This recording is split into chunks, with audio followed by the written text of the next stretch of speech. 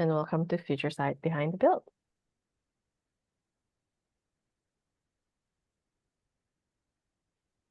So today, I'm Cindy, and I will be joined by my colleagues Alan and Iman. We are part of the venture development team at FutureSight, and we're super stoked to share with you some of the opportunities that we've been working on, and hopefully you also share our excitement. Before starting with the opportunities, I want to introduce you a little bit about FutureSight. So FutureSight co-founds and funds vertical B2B AI companies with values-driven leader. What does that mean? It means we act as a team co-founder. And as a team co-founder, we have aggregated a team of experienced entrepreneurs and operators. And through all our repeated learnings, whether that be from successes or failures, we have created this repeatable venture building system that really significantly de-risks the 0 to 1 process. And after this, Alan will present just one part of that system, specifically on interviews. And then we will dive into the 4 ventures that we're currently building. Over to you, Alan. Thank you. I don't know about you guys, but like it's Halloween candy, like eating my kids' Halloween candy time. And I'm really feeling the Reese's Pieces right now. So very excited to jump in. Okay, so we always love to share one thing that we do here in the studio and kind of give away some of our secrets of what we're doing and how we're approaching projects and markets and opportunities. So first 10 interviews, testing the water before diving in. We all know about customer interviews. Cindy, you can go to the next slide. We were kind of taught about this by the Godfather, Steve Blank, right? And so he said, there are no facts inside the building, so get the hell outside. In his entrepreneurship course, he made students, I think, talk to 50 potential customers every single week, which is outrageous. Like you could only do that in B2C. And essentially, if you're like going and standing outside of a Planet Fitness or something like that, or B2B. So that's a little harder for us to hit that number, like the students in Steve Blank's entrepreneurship courses. But let's just assume that we all agree that, you know, getting outside of the building is a good thing. 2 questions immediately come up, which is, okay, well, I buy into this customer interviews thing. What do we want to know first? And who do we want to talk to first? And this is really about figuring out who are the first 10 interviews that can give us a sense of if a market is, you know, interesting or not, and if we should, you know, go further. So this is really, you know, for just starting out. If you don't know these sort of next 5 things on the next slide or 2, it's also good to go back and do some of these. You might get some ideas for other types of interviews if you're a little bit further along. So when we start, we really want to know 5 things. The first one is the market interesting? And interesting is kind of a subjective term, right? As a venture studio, we're trying to build venture scale businesses. So we need to make sure there's enough room for different layers of venture capital and secondary investors to get in, which means the headroom in terms of the opportunity needs to be quite high. We have other criteria for us in terms of interesting, like we love vertical stuff. We don't love things that need to start off in the enterprise. We're okay with the business moving up market, but not, you know, right away. We like to start with mid-market. So understanding some things about the shape of the industry, you know, helps here. We'll get more into, you know, what describes interesting. The second thing is usually we're going in, you know, I don't think anyone just says, okay, I'm going to go build something for, you know, X space very often. Usually there's a sense of competitive product that we might be, you know, looking at saying, okay, hey, they're doing something really cool. This feels like it's new and it's interesting. What's going on there, right? Or it could be, hey, we think people struggle with X, or we would want to build something to help these people with Y. The with Y, or they're struggling with X. That's the thing that we want to know next. Is this a real problem for them? You know, sometimes you think it's a problem and realize it isn't. You know, I'll give you an example. We were working in tax not too long ago, trying to build some different agents for the tax workflow of collecting tax. When we started, we looked in to the space and found out that there was a real problem around after the tax has been submitted. After that point in time, there's a whole bunch of workflow that's not covered by any other tool. And there's this essentially huge job of going in and looking to see if your tax was actually remitted properly, if the government got it, if they're changing anything. There's 38 different platforms and portals. And so there's a real problem there. But then when we got to number 3, it's a priority problem. It was a priority problem. So we were like, they're actually, yeah, they're dealing with this, every day, and it is, important. It's not on their top 3. So it was like, maybe just outside of the main ones. But if we go down one step further to, is it a valuable problem? Our initial interviews told us it was. But then what we found out was it was outliers. Nobody else was willing to pay very much to have this problem solved for them in terms of their after tax remittance workflow issues. They were okay with, essentially spending a little bit of money on an admin to take care of it or doing it here or there on the side of their desk. Nobody wanted to part with the amount of money that feels, quote unquote, valuable to us and contributes to building a venture scale business. And then the 5th one really is, it's an underserved problem. And so this problem was underserved. If there were other solutions there, already, that would be great, but all 5 didn't add up. So as an example, going into this market, we realized this wasn't the space for us. So between these 5 things, is the market interesting? Is the customer problem real? Is it a priority problem? Is it a value problem? And is it an underserved problem? You can see how they're kind of related, and there's clustering, around all of this stuff. But if we answer all of these questions, and the answer is yes to each one, then we're willing to go in and start developing a solution. So this is really the early stage of, do we even want to go further or not? So let's keep going in the presentation now, please. So no matter who we talk to, and I'm going to get into who we talk to first in these first 10 interviews, like who are they in every case. In every case, it follows pretty much like a 3-part flow. Like there's 3 chunks to the interview. I'm going to assume that we have a half hour of someone's time. Sometimes you can get an hour of someone's time, but let's just assume the worst. Let's assume we only got 30 minutes, right? The first 5 minutes is always going to be the same thing. Just warming them up. Who are they? Getting the context. What is their organization? How are they, situated in the ecosystem? How often are they dealing with the problem potentially, or how does their role intersect with the problem area or solution area that we're thinking of going into, right? So it's really just a warm up, trying to build some rapport and figuring out who this person is and giving context to their answers, which is really part 2. What do they know? And not just what do they know, what's their actual experience? So we're going to dive deep. This is about 20 minutes, and we'll talk more about exactly what this looks like. But we really want to figure out, what have they seen? What do they know? And what are they living, day to day? Before wrapping up with, the sort of final, reflection of, well, what's the one big thing we learned here? If we look back, usually throughout the interview, you can ask questions, but once you get, and people will give you answers, but once you get to the end and you ask them 1 or 2 key questions, they'll almost be able to go forward and further than anything that came up in the deep dive, and give you this kind of like ultimate reflection, which can be incredibly powerful and unlock a big door for you. So we'll cover a couple of those questions in a minute. All right.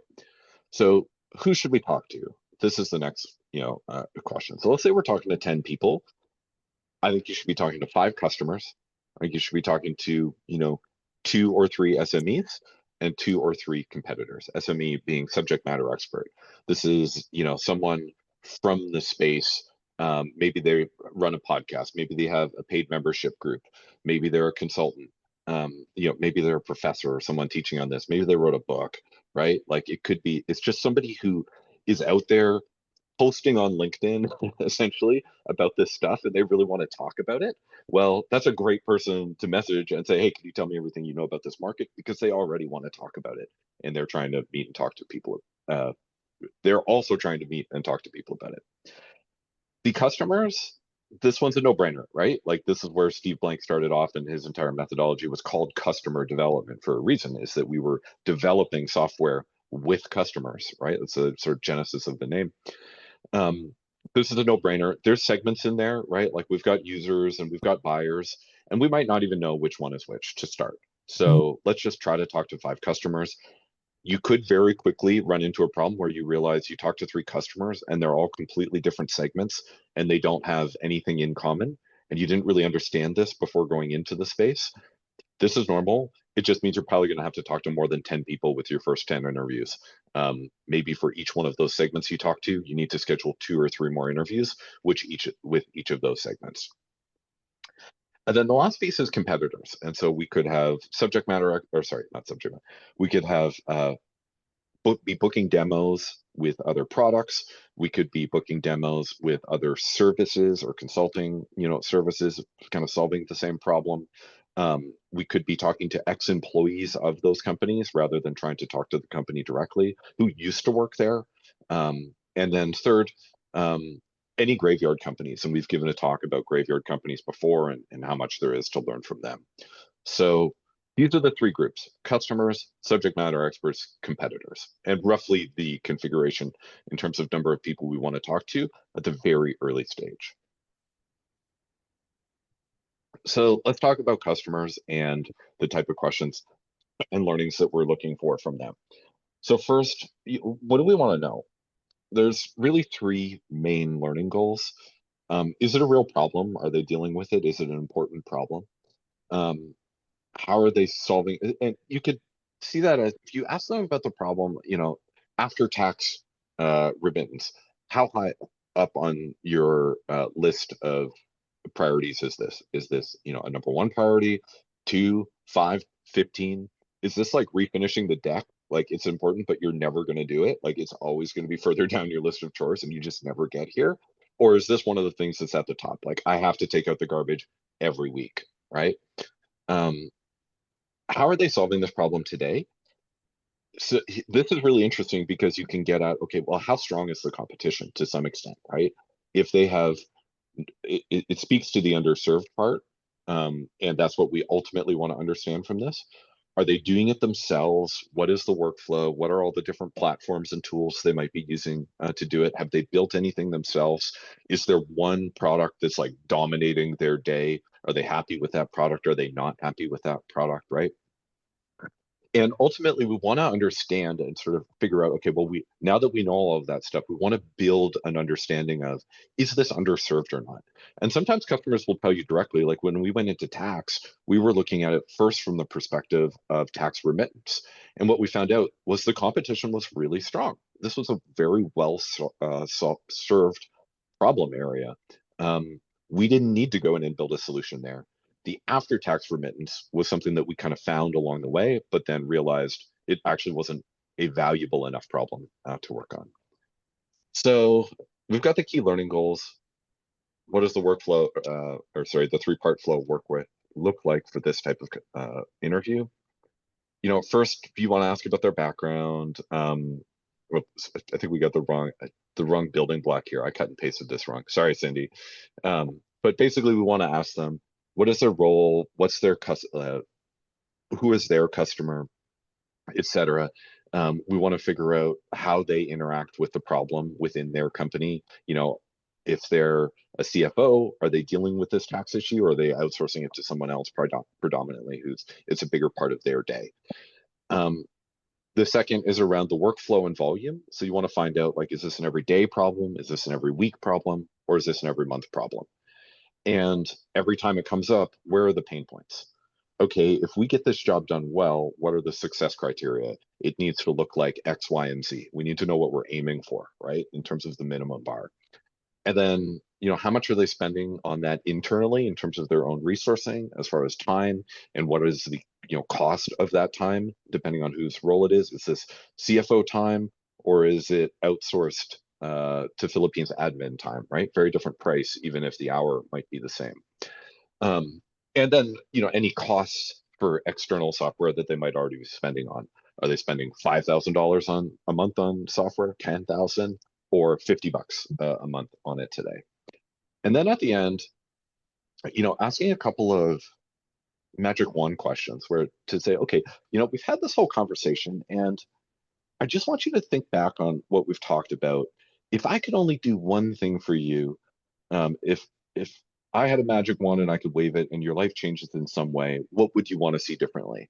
And at this point, they've usually talked around all of the above, like the workflow, the success criteria, the pain points, etc., enough that that magic wand question will become meaningful. If you ask it at the beginning, it, it's too hard. Like they just don't have the context built up in their mind. They're not fresh enough to be able to answer that question properly.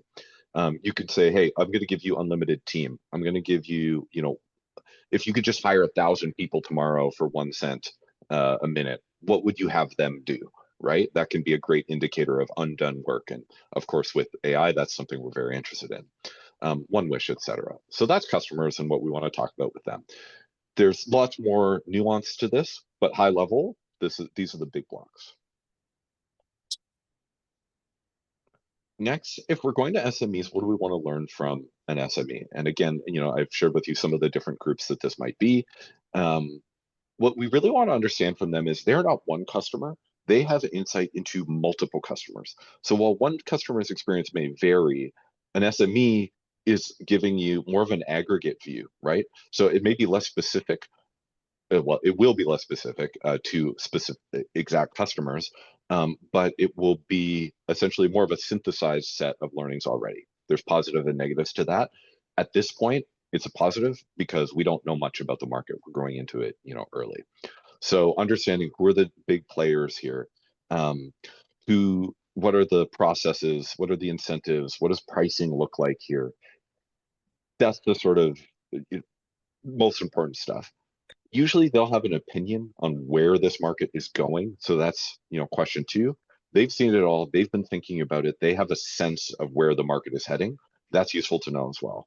And then third is, hey, who else should we be talking to, right? Like, they should be plugged in to the market and they should be able to say, oh, if you're working on this problem, I know this person who's really struggling with it, or I know this person who tried to build a thing like that and failed, or I know whatever, right? Okay, let's keep going. Same thing. So sorry, the notes from the last one are about this, but roughly there. So yeah, responsibilities, customers, who do they work with? What are the challenges that they're seeing? What are some of the best practices out there? Adoption barriers, what holds customers back, what they don't want to pay for. And then asking the question at the end, this is kind of like the magic wand question, but you say, hey, if I'm going into the space and I'm trying to build something here, what's just the one most important piece of advice that you could give me as I go? And just give them a minute to think about it. You'll be really surprised with what comes out. Lastly, ask for a reference. Who do I talk to next? All right, move on to the next one. Then we'll a couple slides away from some Q&A. Competitors, ex-employees, and graveyard companies, companies that tried to build something there and failed.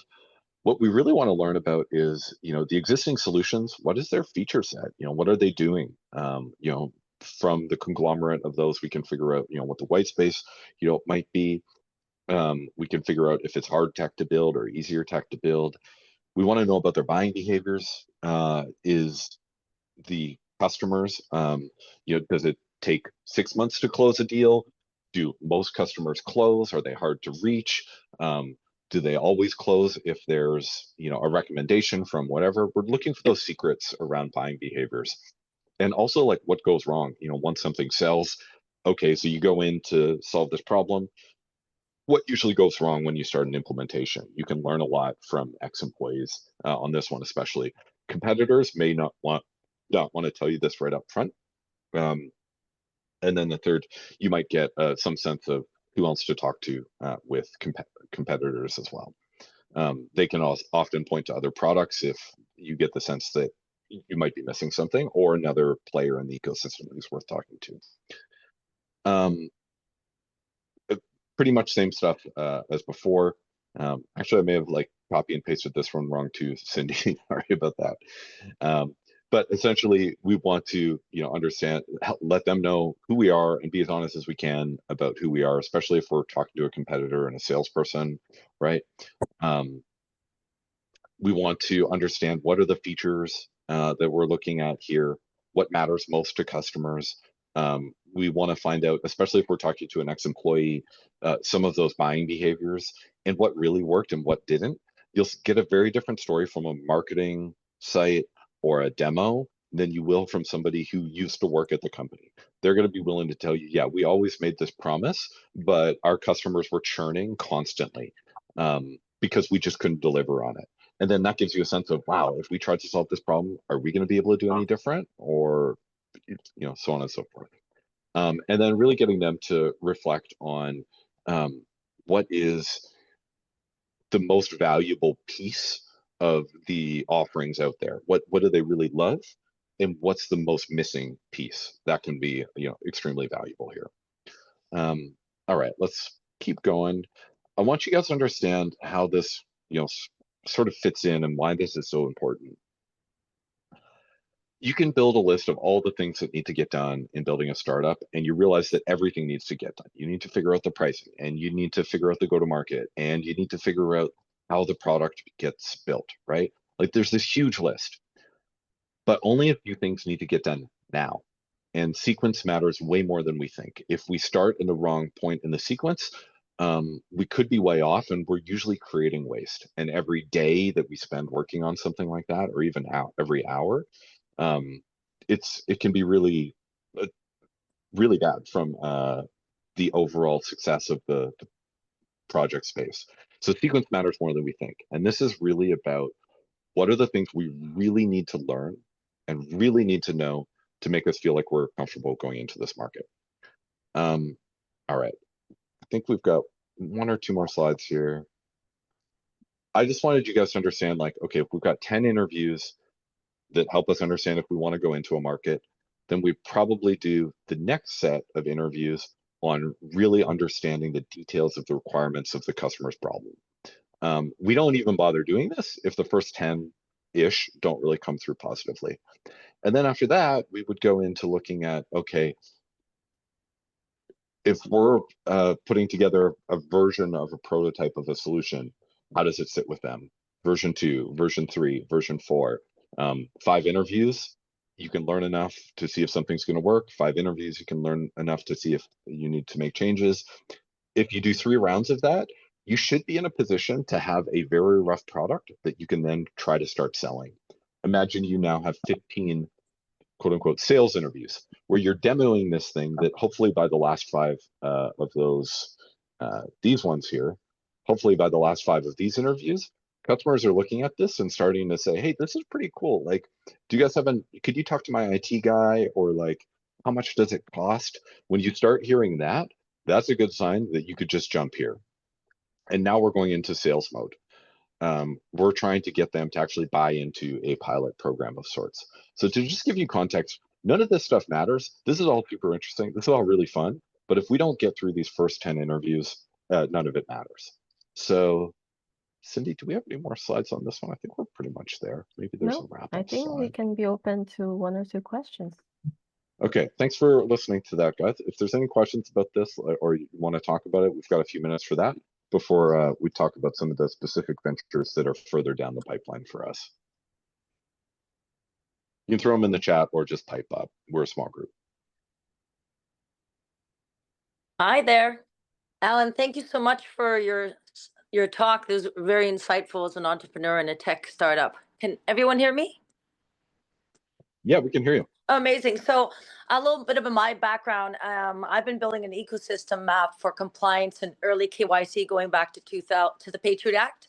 So and I put my teacher hat, my research hat, and over the years we developed proprietary code with USPTO published for liveliness detection and tokenization into the blockchain.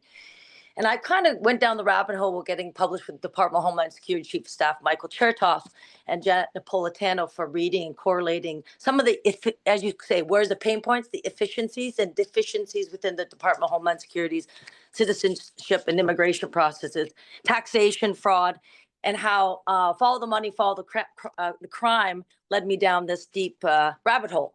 So I sit here in a forum, and I've been to Silicon Valley and San Francisco. I love it. It's the best, youngest, coolest, smartest city in the world. And I'm kind of vetting different VCs to build out this ecosystem. And I'd like to just reach out to you and say thank you for your insights. You gave me a bit of more gusto, and I'd like to offer my insights and set up a first round with speaking with you and your VC team, please. Yeah, for sure. Thanks for offering that. Let's connect with Cindy after the call. We've got also some email addresses at the end of the call where we can find and set up a time together. So that's great. Amazing. And I'd like to throw it out there just at the question I'll leave with you to answer.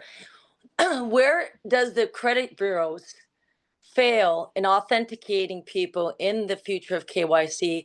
And how does that integrate in digital identity wallets of the future through trust tokens and validation tokens within that ecosystem? And how can telecommunication systems create liveliness portals as a service to prove real-time authentication and we're not deep faked and synthetic? So I'll leave it out to everyone out there. How do we build this as an ecosystem to solve our big bot problem and our deep fake problem of the world right now? There is a big wave of that coming that's already, pretty high.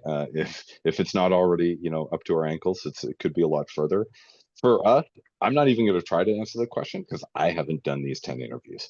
As someone without any understanding in the space or having built an opinion on it, we start to get something from there, and then the solution that you discussed kind of comes along, through this space of working through what we hear from the customers and the players in there. So I'll just say for myself, oh yeah, you don't I have no idea. Just to marinate everyone out there on that's a type of question to solve, for humanity. But thank you so much again, Alan. I'll leave the floor to the next person. Thanks, Al. Thank you.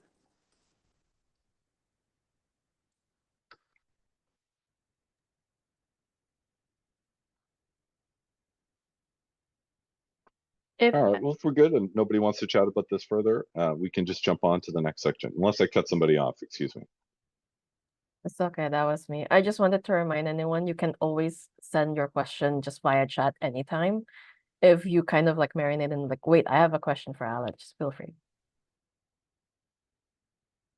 All right, so let's talk about some of the ventures we're building. I'm going to tell you about the AI call center for contractors. Then Iman is going to jump on, I think, and tell you about this one, or Cindy. And then, Iman's going to tell you about these two. And then Cindy's going to talk about this one. I'm just really messing up this slide with lots of arrows at this point. Okay, so let's talk about the AI call center for contractors first. Note that each one of these is seeking customer or CEO customers and like early stage customers who are interested in solving this problem in a new way, and technical co-founders. So the AI call center for contractors, this isn't the first one. There's a market map. You can look it up. A16Z did a market map on voice agents already. There's loads and loads of voice agents. Answering the phone is expensive. Making phone calls is expensive. And a lot of people still want to do business by phone, right? So I was on the phone with a contractor. They were a plumber, small business. I asked them, okay, well, how many calls a day do you guys miss? They have a full-time receptionist. They're a team of about 50. They're missing at least 3 calls a day just because she's on the phone with someone else. And I said, well, what's the average value of a call? They're like, every booked call, which is almost every call, usually costs about $600. So it's like, you're losing $1,800 a day in missed revenue just due to answering calls. And he says, are you a product guy or a sales guy? Because this sounds like a sales conversation. I was like, I'm not trying to sell you anything. We don't even have a product yet, but this sounds like a big problem. Is it an interesting problem, or is it a valuable problem? And is it at the top of their list? Kind of confirmed that, right away. Second, this home services software TAM, it's growing really fast. Most of the people who run home services don't want to run a front office, and the more a front office can be automated, for them, the better. Which is why we've seen so much growth here. These are people whose hands are usually, even the owners, hands are dirty, and they're not available to pick up the phone, or they don't want to in the first place. They want to show up at job sites and do work, either fix things or build things. So this is a really interesting market. We believe that the answer, it's the solution is pretty much out there already. It's going to be, voice calls, voice agents are going to be, the wedge here. And then adding in more and more front office services, making the agent able to do other things is probably what's next. The idea that every call could be, revenue, and you could get calls 24/7 is, pretty compelling. And then you add on all of the other use cases around phone calls in terms of lead generation, in terms of customer success and happiness, after a job, et cetera. If there's something in the industry called happy calls, that could all be managed as well. So this is a space that we're actually just kicking off and are really excited to get into. So that's the AI call center for contractors. Cindy. Thank you. And just FYI, if anyone's interested in the AI call center for contractor, or maybe you have some more questions you want Alan to expand on, feel free to send your questions in the chat and we will cover them after we go over the 4 ventures. So next one, due diligence auto-indexing for private equity. So we've talked to multiple private equity professionals, and the one thing that caught us by surprise was that they have to handle 10,000s of documents, and most of the time, the format they receive it is out of their control. And this is usually just kind of dumped in one Dropbox, unorganized. The names are all over the place. And the first thing they have to do is to index and organize and clean the data they receive. This process takes them 2 days out of the 5 days they have to actually assess the deal that they're looking at or the asset that they're looking at. And these are time of very highly paid professionals that they're wasting. It's such an easy and clear problem for us that the AI can solve. They can look at the unstructured data, they can index it, they can organize it. So these professionals can just focus on value-adding actions like looking out for the red flags or modeling the pricing or just more of not just organizing data. Very clear cut. And the other thing that we're really excited about this opportunity is the ICP or the customer profile is such a tight fit. There's specific asset intensive private equity, specifically in real estate and in infrastructure, that really seeks out this sort of tool and would really value from this tool. And the other thing is the market might be small. The private equity market has less than 1,000 firms, but the ticket size or the ACV for each deal is so tremendous because each value add this platform gives them, it helps them in transactions that might be $1 billion. So for them, spending $5,000 or $10,000 to enable them to do this $1 billion transaction more easily is such a no-brainer. And for private equity, the biggest risk item we've actually identified is that this market is so risk averse in terms of AI and hallucination. So one of the biggest things that we're going to de-risk in terms of this venture is actually how we're going to roll out the tooling and the product. By segmenting phase 1, phase 2, phase 3, where phase 3, we're able to give them sort of more co-pilot experience where our AI product can actually give them not just indexing or organization, but data extraction, analysis, and even a investment committee memo generation. That's it on due diligence auto-indexing. Iman. Thank you, Cindy. So another opportunity we have been exploring is in the financial compliance space. To start, it's really helpful to imagine a typical day in the life of a compliance officer at an investment advisory firm. This is basically our ICP. So their day covers at least 5 core areas: marketing, communications, trading, policies, and audits.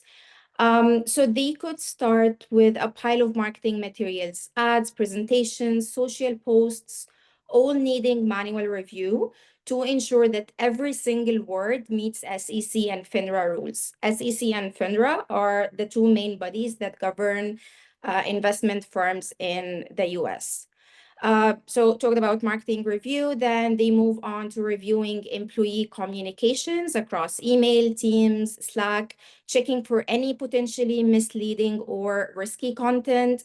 After that, they actively monitor employee and client trades and match them against restricted lists. On top of that, they manage firm policies and manuals, they track compliance tasks, they prepare evidence for upcoming audits. So this is the core problem. Like compliance teams really spend enormous amounts of time on manual repetitive work. In our conversations with compliance leaders and RIAs and broker dealers, the challenges we kept hearing were there are too many disconnected systems to manage. There is too much manual review for low risk routine items. And there is constant context switching that slows down the entire review process. And from a market perspective, it's big and growing. In the US alone, there are over 25,000 FINRA and SEC registered firms managing roughly $145 trillion in assets, all of them required to maintain compliance programs. Globally, the regulation tech and compliance software market is expanding fast, about $12 billion today, projected to exceed $60 billion by the end of the decade. So the graph tells us the firms are actively looking for automation, but what exists today is not really solving the problem. Some firms outsource compliance reviews to consultants or offshore teams, which is expensive and not scalable. Other firms rely on point solutions that handle just one area. So for example, they use a tool called Red Oak for marketing, Global Rally for communications, Complexity for trading, and other tools for other categories. So they told us that they end up signing into 6, 7 separate systems that do not really connect with each other. And this fragmentation makes it hard to get a complete picture and ensure nothing falls through the cracks. And basically, that's the gap we are exploring. The solution we validated is an AI-driven platform that brings all key compliance workflows together in one place. And the goal is to reduce manual work, unify compliance data, and give teams full traceability with explainable outputs that regulators can easily review. The impact we are aiming for is a reduction of at least 75% in manual review time, while improving accuracy and audit readiness for sure. So overall, we see a clear opening to build an AI-first compliance platform here for RIAs and broker dealers. One that really changes how compliance is managed day to day and creates tangible return on investment from both time savings and reduced risk exposure. That's it for this opportunity. Again, if you have any questions for this one or the previous 3 opportunities, please feel free to share your questions in the chat. The next one that we killed, and we will talk about what it means that we killed an opportunity, it's in automating business immigration workflows. So the problem is that US work visas and employment-based green cards processes are complex, slow, and error-prone. We all know that. So missing or incorrect forms, unclear compliance rules, and government backlogs, all of that create delays, denials, and wasted time. And all parties involved, HR teams, global mobility managers, legal departments, admins, immigration lawyers, employees, everyone really spent countless hours chasing documents, coordinating approvals, writing drafts, managing administrative work. So things like low value things instead of focusing on their core responsibilities. For this opportunity, we looked at 2 potential go-to-market directions. First one is selling to employers, hospitals, and universities. The second one is selling to immigration lawyers managing high volume cases. So for us, it was like a kind of 2-in-1 solution, or looking at them from 2 different angles. So for employers, the appeal was clear. immigration cases are expensive. We heard anywhere from $3,000 for entry-level hires to $15,000 for executives. And for sure, the administrative burden is high. So automating form preparation, compliance, tracking, and candidate coaching could save time and reduce errors. But when we spoke to these HR leaders and global mobility professionals, a few limitations became apparent for us. The biggest one is that the real bottleneck is not internal workflows, it's the government. The USCIS delays, rule changes, and paper-based processes mean employees wait for months for approvals, and there is no really software that can speed that up. Also, that case frequency is low for small and mid-sized employers that hire internationally only occasionally. And large institutions like hospitals or major firms that sponsor many international hires have very long sales cycle. And at FutureSight, we do not really focus on enterprise deals. Also, more learnings we had from the interviews that the buyer pool is small and fragmented. There are only about 700 global mobility managers in the US, and responsibilities are often split between HR, legal, admin. So there is no single decision maker in these institutions, which is making this opportunity less attractive. It's also important to note that immigration is cost center and not revenue driving, again, making it harder to justify spending on software. Last one to mention regarding employers, that these large employers already working with trusted immigration law firms. So adopting a new platform would mean giving up on those relationships and managing these immigration workflows end-to-end in-house, which is a major change and a tough sell, and just a productivity boost while still paying these immigration law firms just did not make sense when we talked to them. So we covered employers, then moving to the other angle, which is immigration lawyers. The pain there was slightly different. Workflows are fragmented across attorneys, paralegals, and admins, and document chasing is time consuming. So automation could help with RFEs, request for evidences, and translation and coordination.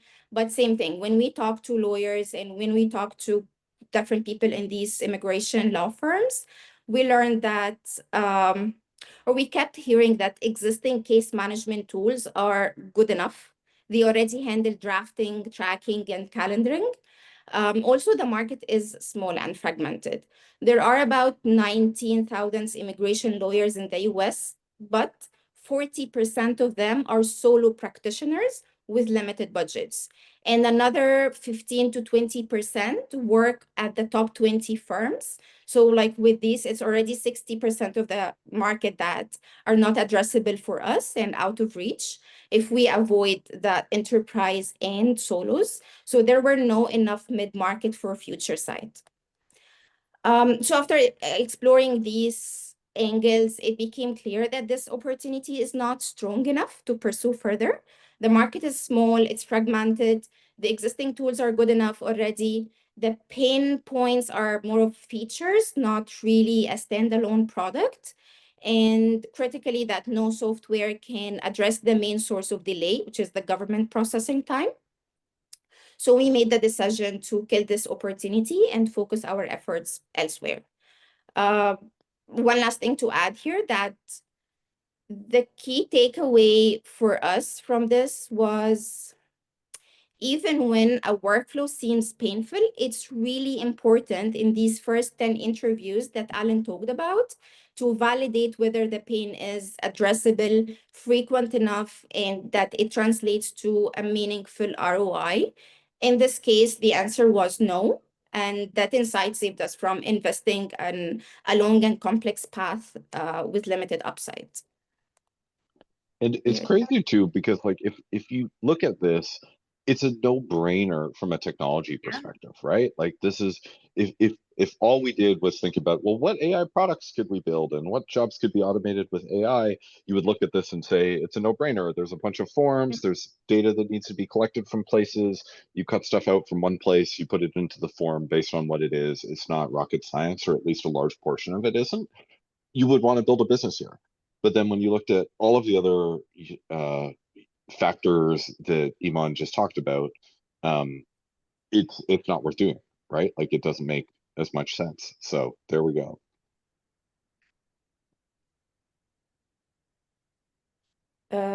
So we are going to talk more about the rest of the pipeline, right, Cindy? But before that, if anyone wants have any questions, want to add them to the chat, or just open your mic and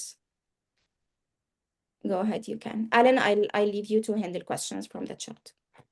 Yeah, for sure. So M. Hussein, are you eligible to Egypt and Egyptian national? Usually I think we only work with Canadian and US co-founders. I don't think we have anyone who's outside of Canada or US at the moment. Emily, what level of skills and level of experience we're looking for in founders? Yeah, I can answer this question. It's rather than saying, it's a must-have or not have, for example, previous exits that you called out, that's a great, indicator. Yes, so things we look for: one, do you have some software experience? Have you worked in software? Do you have an area of expertise, something that where you've spent some time in the market and have, a sense of, what's going on there? If we think of in any partnership, you want partners who know things and do things that the other partners don't do, right? Like, you don't want a clone of yourself necessarily as your partner. You want somebody like a clone of somebody else who's awesome, or maybe just somebody else. So we look for people who know a specific market. We're more the generalist who knows how to build software